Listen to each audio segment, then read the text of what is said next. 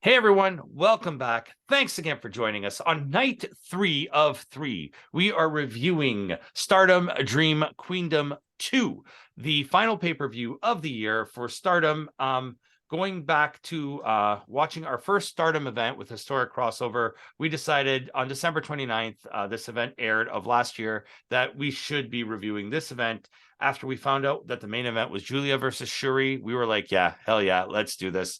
Once again, thanks again for joining us. Once again, thanks to this guy, RLG, and the rest of the crew for helping us reach to 300 subs last year. It meant a lot to me. Let's try for 1,000 this year. I know the goal is lofty, but let's try for 1,000. So with that out of the way, Campo, we're back again. Our voice is going. It's been 3 reviews. It's going to be another long night. Stardom Dream Queendom, another great event. Another terrible name. Yeah, Stardom, the queens of making terrible names for their events. Yep, absolutely, and absolutely. Belts. Every belt has 9 names. Which we'll get into. We started the show off. We had the Stardom Rambo, where 2 people won. Super Strong Stardom Machine and Super Strong Stardom Giant Machine won by eliminating Amasaki. I don't understand how both of them won. I don't understand either. I watched it and I don't get it. I watched it in Japanese and I couldn't understand. You watched it in English, you said? Yeah, I don't know how, but it was. Okay, and you still didn't understand. So maybe they have to face each other for one of the belts. It was pretty irrelevant, to be honest with you. It also wasn't very good. No, the main of it was on the. That's why it was on the pre-show. The main event of the pre-show was Azumi versus Shimizu for the High Speed Championship. As I was doing some research on what some of these belts mean, the High Speed Championship is meant for high flyers, quick agility, kind of like a junior heavyweight type. And prior to this, it was vacated. Yes. So, but yeah, this was a good match. Azumi, we saw her at the Historic Crossover event. She is pretty good. She's really young too, isn't she? She's like 20 or something like that. Yeah, I was surprised how young a lot of them were, because they feel so experienced. Yeah, the way they were working, it made them like look like they've been wrestling for 20 years. I think this is the benefit of the Lion system. Yeah, because you saw the I guess what do they call them? Lionesses, the goddesses, whatever. I don't know. I honestly, but they were all lined up, and they've come at the factor a few times in some of the matches throughout the night. They factor in more than the young lions do, and they also hype up the crowd, which is like something that they don't do in New Japan. I noticed that, like, they're banging on the mat to get like their teammates go, because there's a lot of factions in Stardom. Everybody is in a faction of some sort. Not upset about it. More factions, more factions, please. That's also going to be on next year's end of year awards. I know we're thinking a year ahead, but we're going to do best faction next year too, because we're gonna have best heel, gonna do best face. I'm just making them up as I go. Best pair of shoes, exactly. Best pair of shoes, best wrestler with no shoes. Yeah, there you no Speedball. They all lose. They all lose. Speedball. Yeah, Mike Bailey. But yeah, this was, I mean, they're both fairly young, but it was a quick, high flying, and the belt lived up, like the match lived up to what the belt is designed for. High flying, quick maneuvers, a lot of reversals. We see it in New Japan. We saw it in the Noah event, but New Japan is kind of like the strong style is slowly going away. There's no more King's Road style unless you're in like All Japan, I guess. But like Noah was really hard hitting. Yeah, these ladies are very physical. They hit hard. There's no leg slapping in this company. They do not ever do a move and slap their leg. And all the sounds you hear are them hitting the other person. Yes, there's like this weird move that they all do with like their forearm where they hit you in like the chest cavity, and it makes like this thud sound, and it's like, I don't like, how does that not hurt? Yeah. It was fun though. I enjoyed it. There was some like really good near falls towards. It was fast paced. It got the crowd hyped up before the actual event started. Precursor though, I'm not a fan of the count rules of Stardom. It's 1, 2, and then 5 seconds for the third count. Yeah, they delay that third count. But to be fair though, that does get the crowd going though. Oh, it does. It makes the matches epic, but I just don't like it. But I understand it. Azumi retains by submission, so she is still your high-speed champion. Yeah. So and they still have currently 2 vacated belts. Which do you know which 2 they are? Or? I can't remember the I think name. It's one of them is the trios, right? One of them is the tree. No. Yeah, we'll look it up after. But for now, like, no, there's no matches for that. This was a good match. Yeah. Next we start our main show proper with the group of stars. Mayu Iwatani. I love this girl. She is growing on me. Momo Kogo and Hana against stars of Hazuki, Koguma, and Ida. So first things first. Japanese wrestling fan. What's the first thing that I immediately don't like about this scenario? 6-person tag. That's completely irrelevant. And no, it was not a very good match. But the thing is, the same faction. Yeah. And it was not very entertaining. It was fine. There was a bit of a scramble towards the end. It was like a little chaotic too. I feel like they slapped this match together just for the fans. Because Iwatani spent the rest of the night on the announce team.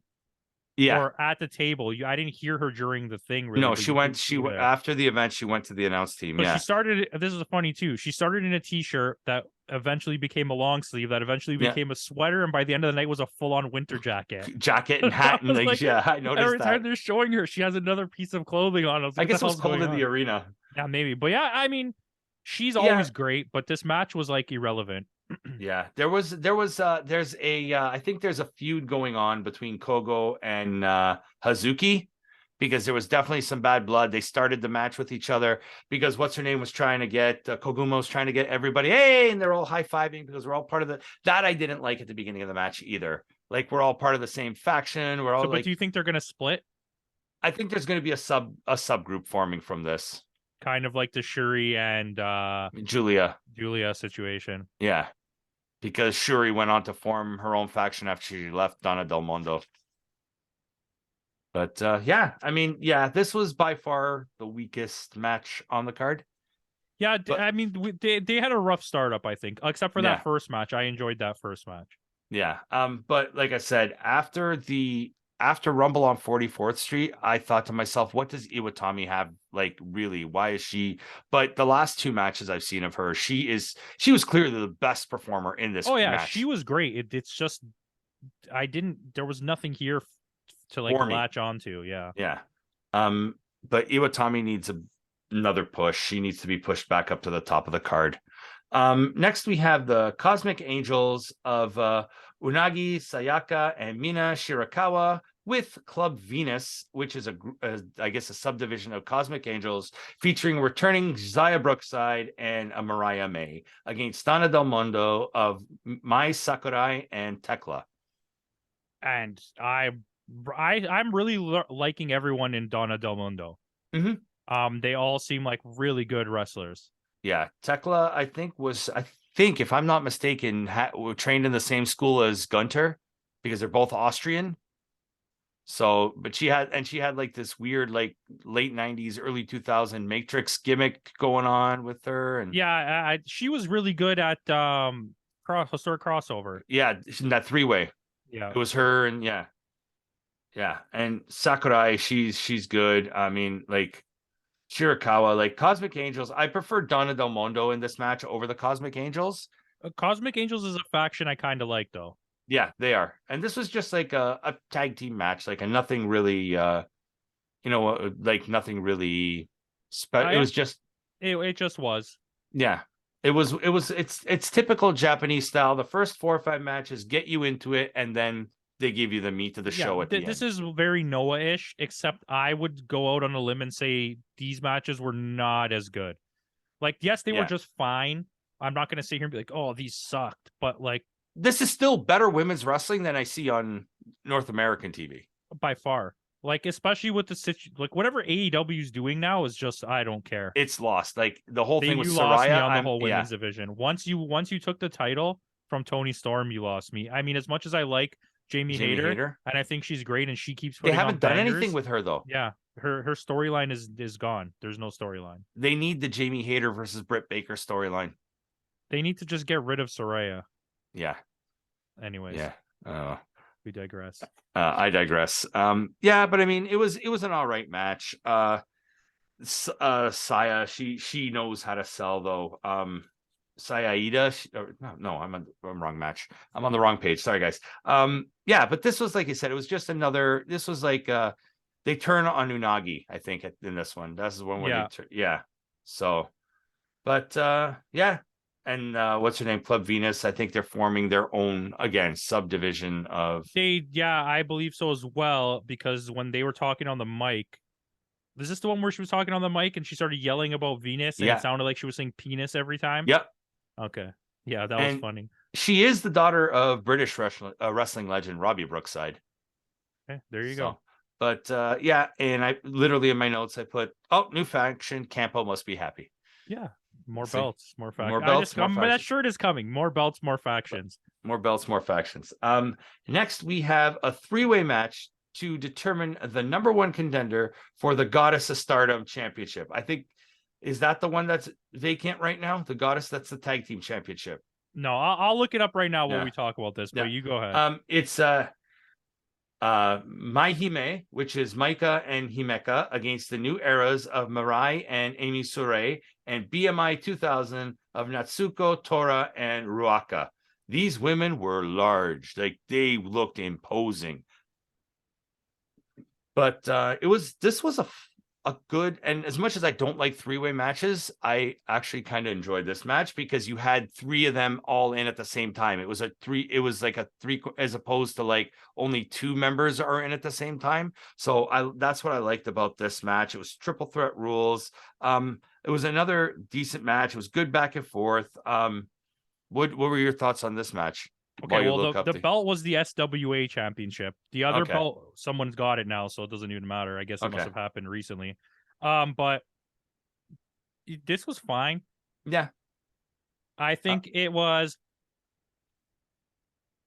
really like a clash of styles, kind of. Yeah. You had the styles clash, but you had like the new eras, which are more like a technical ground-based wrestling, whereas BMI 2000 is like your heavy hitters, your big like hitters kind of thing. And it's weird. I like take it however you want. Yeah, and Mai Hime are the littles. When you watch Stardom, from what we've seen about Japanese wrestling, period, they're all very petite, like, and they don't look like wrestlers. They look like models. Pop idols. Yeah. Yes. And then today I was like, there's all these really like large, muscular and like kind of fat girls, like, no offense. And they work really well. Yeah, there were some that were like built like really well. It adds a lot to this thing now, because I've never seen this. I'm used to adds just variety, little and tiny, I enjoy that. Yeah. And like there's that one really tall girl. I believe she's in Donna Del Mundo. I can't remember what her name is. She's in one of these matches. She's really good. Yeah. I think she was the one with Odeo Tai. With Starlight Kid. There was Momo. I think that's the one. No. But that girl was really good. All those girls on that other team were really good. Yeah. But that's later. We're talking about the number 3-way to determine the Mai Hime win. The smallest of them all. They play the little like waiting game, wait for the opportunity and get the win. So Mai Hime will be the number 1 contenders for the Goddess of Stardom Championship match, which is Stardom's tag team. They can't just call it the Stardom tag team. They have to call it like the Goddess of. Her name is Himeka. Himeka? Okay. But yeah, I've kind of learned... that's this match. That was this match. Mai Hime. Oh yeah. Okay. Yeah. There you go. They're the ones that won. Yeah. Yeah. But yeah, sorry, you were saying? The titles are like all over the place. All I know now is that World means that's the heavyweight championship. Okay.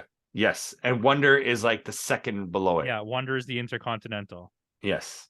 So next you have Kairi in a non-title defense for her IWGP championship against Hayashishita. This was a good match. Yes, it was. Basically, the stipulation of this match was whoever lost this match had to wrestle in their debut costume with no gown, no special ring entrance. No gown doesn't mean nude. We're talking about no entrance gown kind of thing. And basically, they can't appeal to the crowd. You have to be as bland as possible. I don't understand that. Well, you were not going to take that away from Kairi. That's like one of your biggest entrances in your whole company. But you won't take that away from Utami either. So that's why this match ended in a draw. It went the full 15 minutes. Yeah. This was a pretty good match. It was a good match, but I mean, every time you have Kairi in a match, you know you're going to get a good match. That's true. Like the last match was pretty good, and then this match was also pretty good. We're starting to build again towards the main event. And Kairi, it ended. It's funny because she timed that elbow. She got the 1, she got the 2, and the bell rang for the time limit right before she got the 3. So which I thought she won. Yeah, it took me a couple minutes before I realized that she didn't win. Yeah, because she's like looking around and they're both like looking around what just happened. And then I realized, because I watched the Japanese feed, so I couldn't really understand. Well, I watched the Japanese feed at this point too. I couldn't really understand what was going on. At least not my my Japanese comprehension is very minimal. But I did pick up a few things here and there. But this ended in a draw. So will there be a rematch, or will this just end the way it ended? It's just gonna end. Yeah. Okay. So it's gonna be Sasha Banks now. That's going to be the feud for Kairi. So yeah, that's true. Yeah. So next we have another belt on the line. This was a hardcore match of a 6-woman tag, and this is the Artist of Stardom Championship, which is their trios belt. Which, listen, not only was I not expecting this, but I'm going to speak for you here and just decide that we've both become huge fans of Starlight Kid.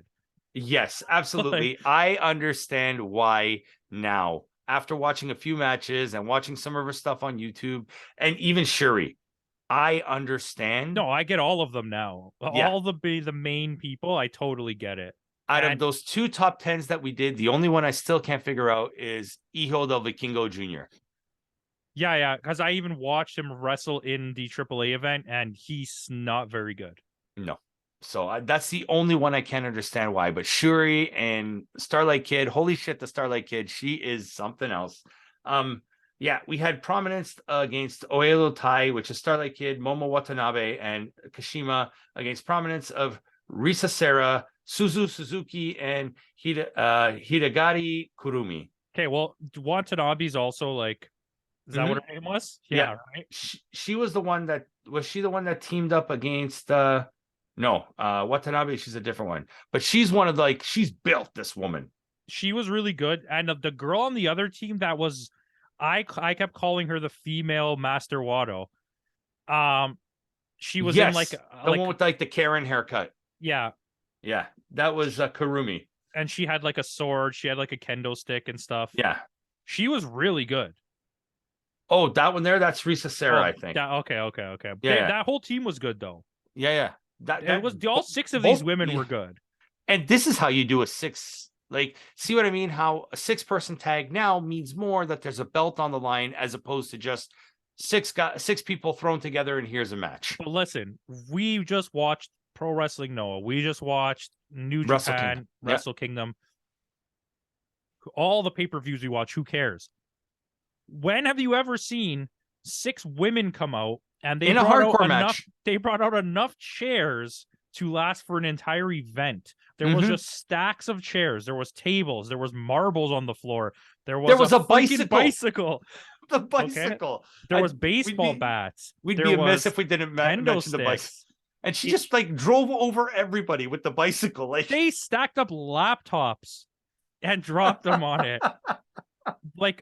Whatever was happening here, this is it was chaos, but it was good chaos. This was the exact moment. I know we just watched Kairi and whatever, but this was the one when I was like, okay. I'm invested. I'm totally invested now. Because I couldn't believe it. She drove a bicycle over 3 people. That what an inventive way to use a weapon. This was borderline GCW shit. Yes. All that was missing was a pizza cutter. Exactly. They used the young lions to hold down the 3 bad guys and run them over with a bicycle. And that definitely hurt the first girl. And then the last girl took a tire right to the face. Yes. Oh, that looked like it hurt so bad. The only one that had it easy was the one in the middle. But then they took the bike in the ring and brought the girl who just got hit in the face with it and put her in the corner and put the bike against her and did 3 drop kicks with the bike. Consecutive, yeah. Like this was something. This is a hardcore match and a 6-person match done right. Like, yeah, you had the table spot was great. Yep. The chairs where they stacked up the chairs even though they didn't catch it on the camera. ECW style, yeah. Then they did the thing where they piled up all the chairs in the middle of the ring, and I'm pretty sure that's how it ended, with like a pile driver on the chairs. Yeah, on the chairs. And what's her name? Suzuki. She's the one who got the pin. She had like that inverted like pile driver type of thing. And we have new Artist of Stardom champs. Gee, what a match though. Like, were you expecting this? No, not at all. I was like, wait, why is she riding a bicycle? She had to stop, get off the bicycle, pick it up, bring it up the stairs. So basically, the only reason why I found out this was a hardcore match was because after I saw the bicycle, I had to look it up on Wikipedia. And I was like, I understand, because I didn't want to go on Wikipedia because obviously I didn't want spoilers. Yeah, I avoided spoilers actually for all of this. Yeah. All 3 events. So did I. But then I found out, okay, it's a hardcore match. Now I understand. And it wouldn't spoil it because I already saw the finish. And it was a fantastic match. We are building up really well. We have new champ in prominence. So after that, we go to another title defense. Campo must love this because now we have the Goddess of Stardom Championship. Whoever wins this match will be facing the Maihime, the ones who just won that 6-way match or the 3-way match. We have 7-Up of Nane Takahashi and you against Meltier in Tam Nakano and Natsupoi. We saw these two a few months, last month, 2 months, a month and a half ago at the crossover event when Nakano was being creeped on by Taichi. But I'm not going to speak for you this time, but Meltier is now like my favorite tag team in the world, except for KZ and Yohei. Yohei.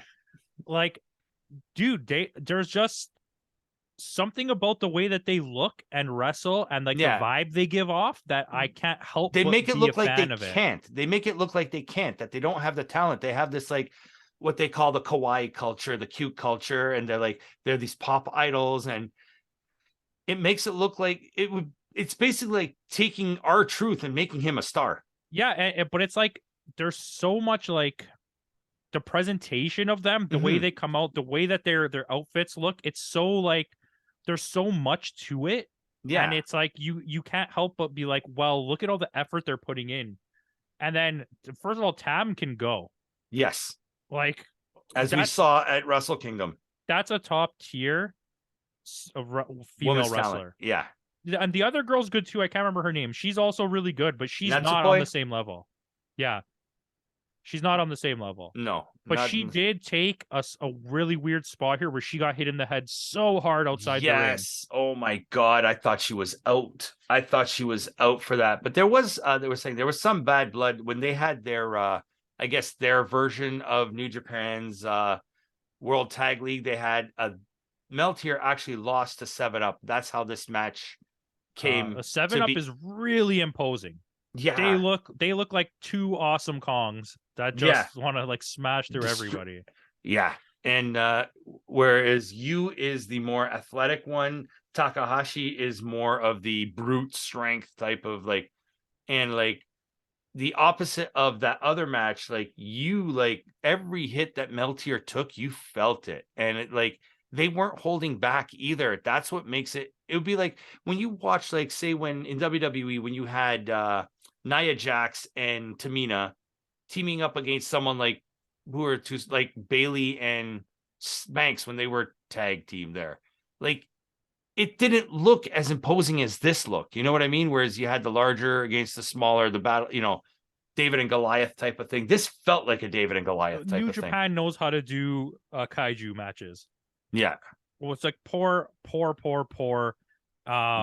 What's his face that had to go back to WWE and be a lackey? Oh, Jonah. Like he was on the fast track to be a mega star in Japan, like Van Vader style superstar. Like think about it. Like, what's it? You beat Okada.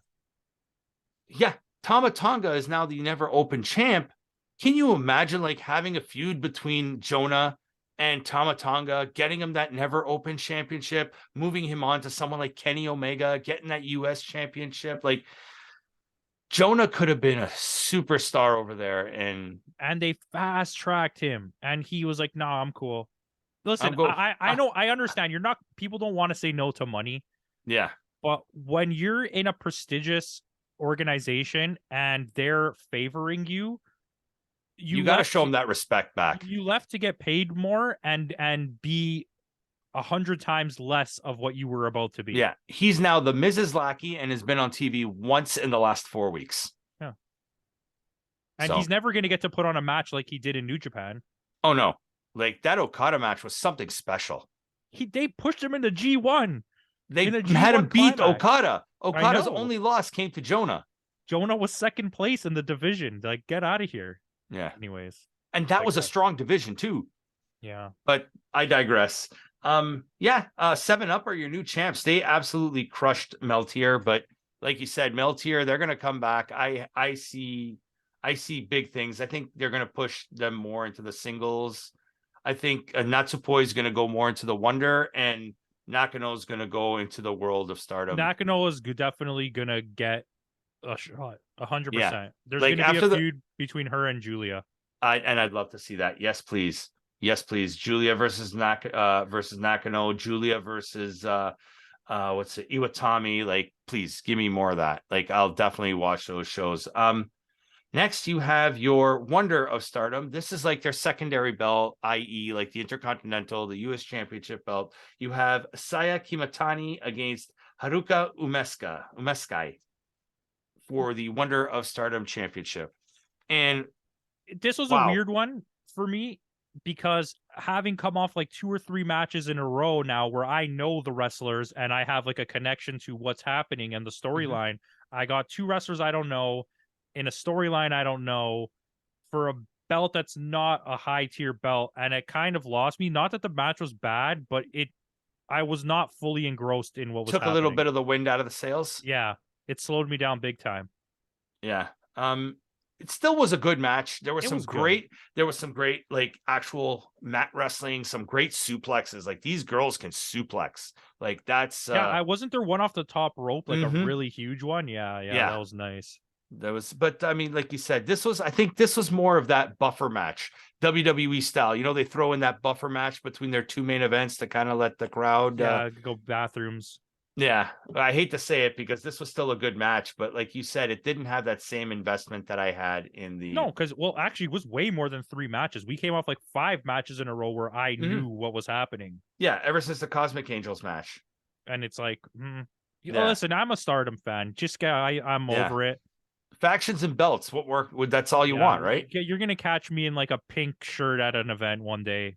Like, I don't care. Hey, if they ever come here, we're definitely going. Yeah, I literally just don't care. You can say whatever you want. This is the right way to do women's wrestling. Yeah, absolutely. Absolutely. Even the weakest match on this card is still better than anything I've seen from WWE or AEW. Survivor Series and Deadline were trash. Yeah. Absolutely. Absolutely. Even that Roxana Perez Mandy Rose match that they had on TV, that was pretty bad. Yeah, it makes it even worse because we know why it happened. Yeah. But Kimatani retains in a decent match, but like you said, then we go into the main event proper. We have Giulia versus Syuri, who's the champ for the World of Stardom Championship, and the wind just picked back up in the sails. And I was like, as soon as Giulia came out to the ring, I was like, okay, I'm invested. Like, I'm invested already. Listen, first of all, once again, huge fan, both people. But I think I'm physically in love with Giulia. I can't help it. It's just, it happened.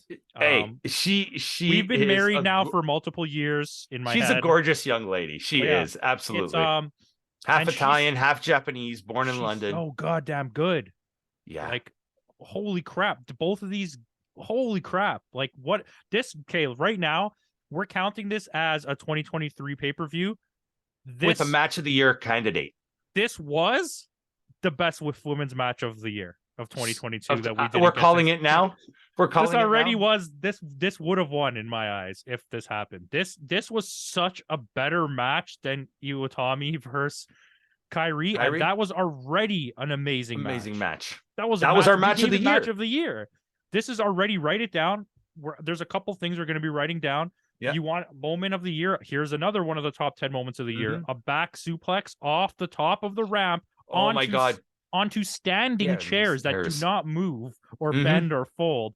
And Giulia smoked her head and her neck off the top of the thing. Oh my God. You even see like the young lions, they go to her to make sure she's okay. Like it was like, wow. When that happened, I was like, ooh, like, and they just get up. I couldn't believe it. Like, this is the moment that made me watch this pay-per-view. I saw this clip and I was like, I paused. I told you about it. Yeah. And I didn't even finish the clip. I paused it. I'm like, no, I'm watching this. Yeah. Like, because I told you, hey, because I mentioned to you, like the spoiler for it. And you're like, what? Did this happen? I'm like, yes, dude, you need to go watch it. And that's when table spot on concrete.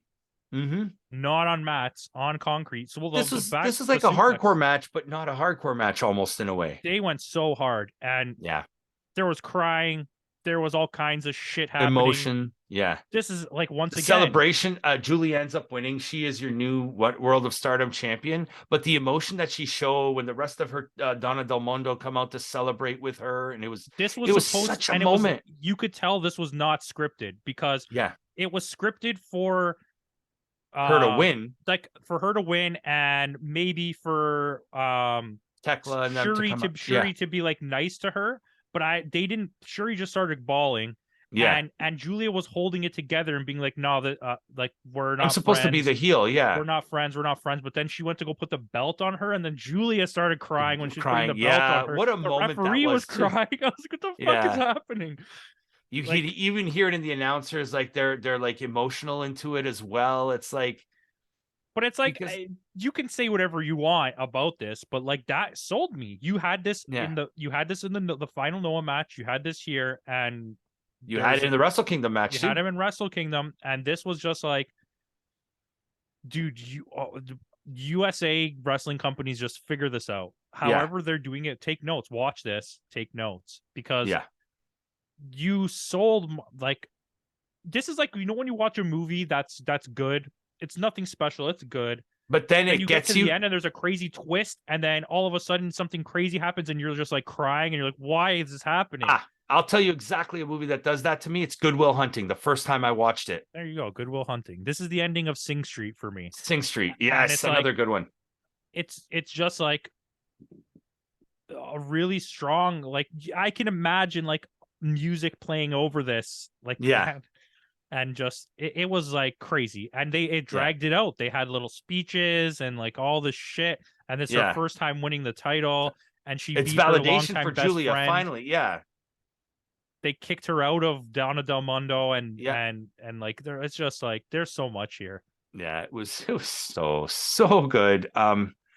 This made it like it made the rest of the card, this match here, and it made the whole card worthwhile. It's like Japanese companies know how to build up a card. They'll start you off a little bit, they'll give you a little taste at the beginning, give you that filler, and then just hit you with the punch at the end. And it's just, and the matches do that too. They're like a slow build to like this really emotional story, but this match was like right from the start. Didn't she also have who did Giulia have the hair versus hair match with?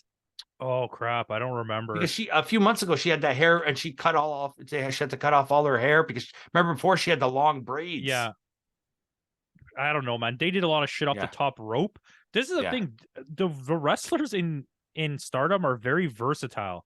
They all can do top rope stuff, they all can do hardcore stuff, they all can do mat stuff. The New Japan guys can't even do that. No, some of these women do what some of the men can't do. I agree. Women are like, I mean, give it to them, they're probably a little bit more flexible, but like you don't often see in American wrestling a woman jumping off the top rope to the outside. Maybe a little bit in AEW, but not very when often. You'll see that they'll jump off the top rope with a group of 7 or 8 women waiting outside for them. Or you're just Deonna Purrazzo or Chelsea Green and go off the top of a cage through a table. But I digress. That just happens. Listen, give me this match. Purrazzo versus Giulia. Giulia? Oh, And give them like the winner gets an Italian flag. We need the meme of Fry, shut up and take my money.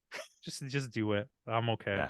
But yeah, that was your main event. Probably that's already match of the year candidate. Like, has to 100. That's match of the year, not just women's match of the year. I think we're gonna have to expand this to be men's, women's, and then match of the year and see, you know, because like I there's blurred lines now. This is like too good. This is some of the women's matches are better than the men's matches. That's telling you something.